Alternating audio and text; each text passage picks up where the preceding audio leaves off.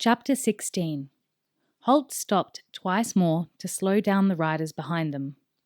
Both times he dismounted, allowing Abelard to trot around the next bend in the trail so that he was out of sight. Then Halt waited, standing in the deep shadows thrown by the pine trees, almost invisible in the grey and green mottled cloak. When the Temujai riders appeared around a bend in the trail behind him, Halt launched 2 arrows at maximum range, on a high, parabolic flight. Each time, the horsemen weren't even aware that they were being fired on until 2 of their number threw up their hands and tumbled from their saddles into the snow.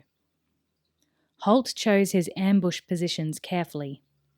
He selected places where there was a clear sight of the trail behind him, but he didn't choose every such section. As a result, after the 3rd attack, every time the Temujai rounded a bend in the trail and saw a clear path in front of them, they half expected to hear, all too late, the familiar whistling sound of those black-shafted arrows arcing down out of the sky at them. On the last 2 occasions, they didn't even see Halt before he moved to remount Abelard. Inevitably, the Temujai became more and more cautious as they rounded each twist and turn in the trail, and their speed fell from the mad rush of pursuit to a more tentative trot. The trail was unfamiliar to them, so that they had no way of knowing what might lie beyond each bend. They soon began to rationalize, arguing that there was no real need to capture the 2 men who had been spying on their camp. There was, after all, little that 2 men could do to harm them, and if they alerted the Skandian forces, well, the Temujai had come here prepared to fight anyway. This was the result that Halt had been hoping for. After stopping twice, he urged Abelard into a steady gallop, soon overtaking Irak as he lurched and swayed on the saddle of his now cantering horse. Irak heard the muffled pounding of hooves behind him and swung awkwardly in the saddle, half expecting to see a group of Temujai coming up behind. He relaxed as he recognized the grey-cloaked figure of the ranger. His horse, without anyone continuing to urge it on, slackened its pace as Abelard pounded up alongside. Halt checked him for a few strides, matching the Temujai mount's pace. "Where have you been?" Irak asked, in that same jerky manner. Halt gestured to the trail behind him. "Buying us some time," he replied. "Can't you keep that nag of yours running faster than that?" Irak looked insulted. He thought he was doing rather well. "I'll have you know I'm an excellent rider," he said stiffly. Halt glanced over his shoulder. There was no sign of any pursuit, but there was no knowing how long the Temujai would take to realize that he wasn't waiting for them at every corner. If they continued at this gentle, ambling pace, the riders behind them would make up the lost distance in no time. "You may believe you're an excellent rider," he called, "but there are a score or so of Temujai back there who actually are. Now get moving." Irak saw the longbow rise and begin to fall on his horse's rump once more. This time, he didn't waste breath or time yelling at Halt not to do it. He grabbed a handful of mane and hung on for dear life as the horse bolted away underneath him. Bouncing and jouncing in exquisite pain, he consoled himself with the thought that, when this was over, he would separate the ranger from his head. They swept on, Halt urging the Temujai horse on to greater efforts whenever he began to flag. The landmarks around them began to take on a familiar appearance. Then they had galloped into the head of Serpent Pass, coming up to the deserted border post. There they camped outside the log walls of the small fort. Irak's 20 Skandian warriors and Evanlyn and the 2 apprentices were waiting for them. The Skandians came to their feet quickly, reaching for their weapons as the 2 horses entered the pass at a dead run. Halt brought Abelard skidding to a stop beside his 3 companions.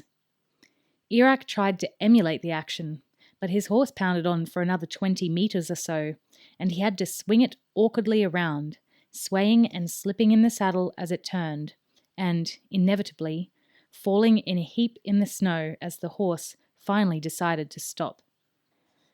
2 or 3 of the Skandians, unwisely, let go short bellows of laughter as Irak picked himself up. The Jarl's eyes swept over them, cold as glacier ice, marking them down for later reference. The laughter died as quickly as it had sprung up. Halt threw his leg over the pommel and slid to the ground. He stroked Abelard's neck in gratitude. The little horse was barely breathing hard. He was bred to run all day if necessary. The ranger saw the inquisitive looks of those around him. "Did you find the main party?" Will finally asked. Halt nodded grimly. "We found them all right." "Thousands of them," Irak added, and the Skandians reacted with surprise at the news. Irak silenced them with a gesture. "There are maybe 5,000 or 6,000 of them out there, probably heading this way right now." Once again, there were murmurs of surprise and consternation as he mentioned the numbers. One of the Skandians stepped forward. "What do they want, Irak?" he asked. "What are they doing here?" But it was the ranger who answered the question. "They want what they always want," he said grimly. "They want your land, and they're here to take it from you." His audience looked from one to the other. Then Irak decided it was time he took command of the situation. "Well, they'll find we're a tough nut to crack," he declared. He swept his battle axe in a small arc to indicate the fort behind them. "We'll hold the fort here and delay them while one of us takes word back to Hallesholm," he said. "There may be 5,000 of them, but they can only come at us in small numbers through the pass. We should be able to hold them for 4 or 5 days at least." There was a growl of assent from the Skandians, and several of them swept their axes through the air in experimental patterns. The Jarl was growing in confidence now that he had a definite plan of action. And it was the sort of plan that appealed to the Skandian mind.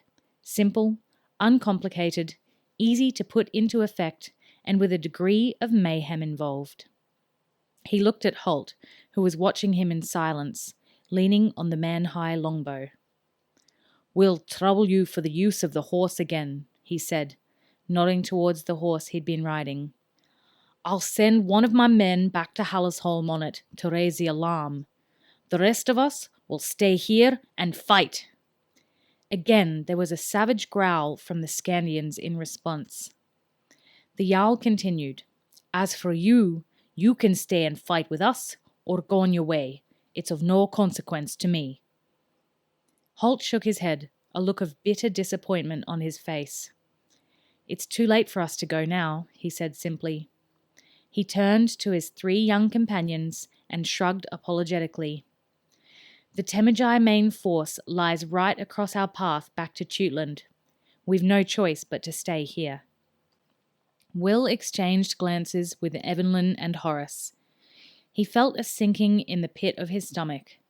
They had been so close to escaping, so close to going home. "It's my fault," Halt continued, addressing his words to the 2 former captives. "I should have got you out straight away, instead of going to see what the Temujai were up to. I thought, at worst, it would be a reconnaissance in force. I had no idea it was an invasion." "It's all right, Halt," Will told him. He hated to see his mentor apologizing or blaming himself. In Will's eyes, Halt could do no wrong. Horace hurried to agree with him. "We'll stay here and hold them back with the Skandians," he said, and one of the sea-wolf warriors close by him slapped him heartily on the back. "That's the spirit, boy," he said, and several others chorused their approval of Horace's intentions. But Halt shook his head. "Nobody should stay here. There's no point." That brought howls of anger and derision from the Skandians. Irak silenced them and stepped forward, staring down at the slight figure in the grey cloak. "Yes, there's a point," he said in an ominously quiet tone. "We'll hold 'em here until Ragnak can muster the main force to relieve us. There are 20 of us. That should be more than enough to hold the little beggars off for a while. It won't be like when they slaughtered the garrison here. There were only a dozen men here then. We'll hold 'em off or we'll die in the attempt. It's of no consequence to us as long as we delay them for 3 or 4 days."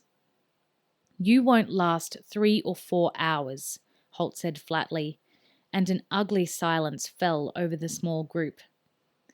The Skandians were too shocked by the enormity of his insult to reply. Iraq was the first to recover. "If you believe that," he said grimly, "then you have never seen Skandians fight, my friend." The last 2 words carried an enormous weight of sarcasm and dismissal. Now the other Skandians found their voices, and an angry chorus grew up as they agreed with Iraq and jeered at Halt. The ranger waited for the shouting to die down. He was uncowed by the Skandians' anger at his words. Finally, they fell silent. "You know that I have," he said, not taking his eyes from Iraq's. The Skandian leader frowned. He knew Halt's reputation as a fighting man and a tactician. The man was a ranger after all, and Iraq knew enough about the mysterious Ranger Corps to know that they weren't prone to issuing pointless insults or making ill-considered remarks. "The question is," Halt continued, "have you seen the Temujai fight?" He allowed the question to hang in the cold air between them. There was a moment of silence from the Skandians. None of them had, of course. Seeing that he had their attention, Halt continued, "Because I have. And I'll tell you what I'd do if I were the Temujai general." He swept his arm up to encompass the steep sides of the pass where they towered above the little fort. Pines grew there, clinging to the almost vertical sides of the pass, managing to find some foothold in the rocks and the snow. "I'd send a party of men up onto the walls of the pass there above us, say 200 or so, and from there I'd have them direct a killing fire on anyone foolhardy enough to show his face in the open outside the fort." The eyes of the group followed the direction of his pointing arm. One of the Skandians snorted scornfully. "They'd never get up there. Those walls are impassable." Halt turned to face him, looking him straight in the eye, willing the man to understand and believe what he was saying by the sheer force of his conviction. "Not impassable. Very difficult, but they will do it. Believe me, I've seen these men and what they can achieve. It may cost them 50 or so lives in the attempt, but they'll count the cost cheap." Iraq studied the cliffs above the fort, squinting to see more clearly in the rapidly fading light of the late afternoon. Maybe, he thought, the ranger was right. He figured he might be able to scramble around up there, with ropes and tackle and a small group of hand-picked sailors, the ones who tended the big square sails on the wolf ships, who could slip up and down the mast as easy as walking. But the Temujai were cavalry, he thought. He voiced the objection. "They'll never get their horses up there." "They won't need their horses up there," Halt countered. "They'll simply sit up there and direct a plunging fire on you. The fort may command the pass, but the heights there command the fort." Iraq was silent for a long moment.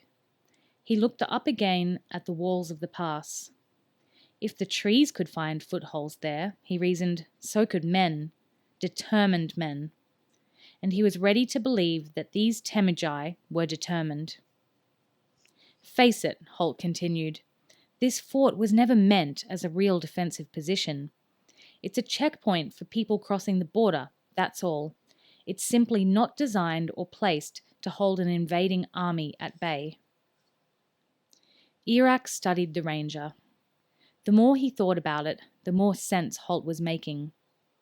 He could picture the dangers of being caught inside the fort with 100 or so archers perched on the cliffs above him, and no way to reply to their attack. "I think you may be right," he said slowly. He had begun to respect the mysterious ranger's judgment, and he was honest enough to admit that Halt's experience of these eastern riders was far greater than his own. So far, he realized, everything he'd said about them had been accurate. Abruptly, he made the final decision to pass control over to Halt. "What do you suggest we do?" he asked. His men looked at him in surprise, and he glared them to silence. Halt nodded once, acknowledging the difficulty of the decision the Jarl had just reached. "You are right about one thing," he said. "Ragnak has to be warned. There's no point in our wasting any more time here. It'll take the Temujai at least half a day to get the whole army on the move. Longer for them to come through this narrow pass. Let's use the time we have. We'll ride and run like hell back to Hallersholm."